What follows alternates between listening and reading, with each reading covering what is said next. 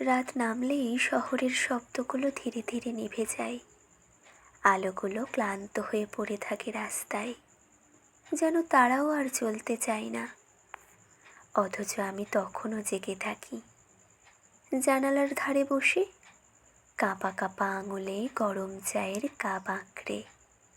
মনে হয় এই পৃথিবীর সব শব্দ থেমে গেছে, শুধু আমার বুকের ভেতরটা এখনো হু হু করে বাজছে, অচেনা এক শূন্যতার সুরে।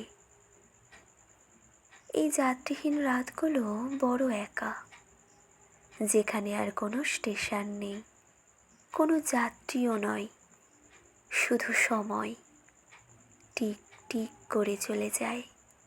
আর আমি ভাবি, আমার পাশে কেউ থাকলে কেমন হতো, যে চুপ করে বসে থাকবে, কিছু না বললেও বোঝাবে আমি আছি।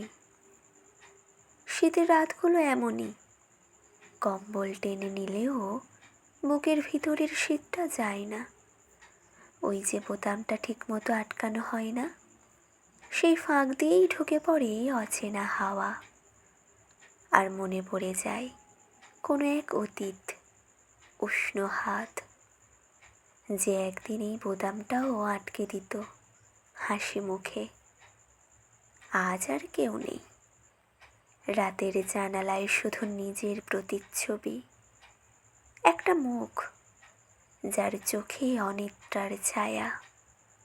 তবুও প্রতি রাতে মনে প্রশ্নটা জাগে, যাত্রীহীন এই রাতগুলোর বন্ধু হবে কে? শীতের বোতাম আটকে নিয়ে সঙ্গী হবে কে?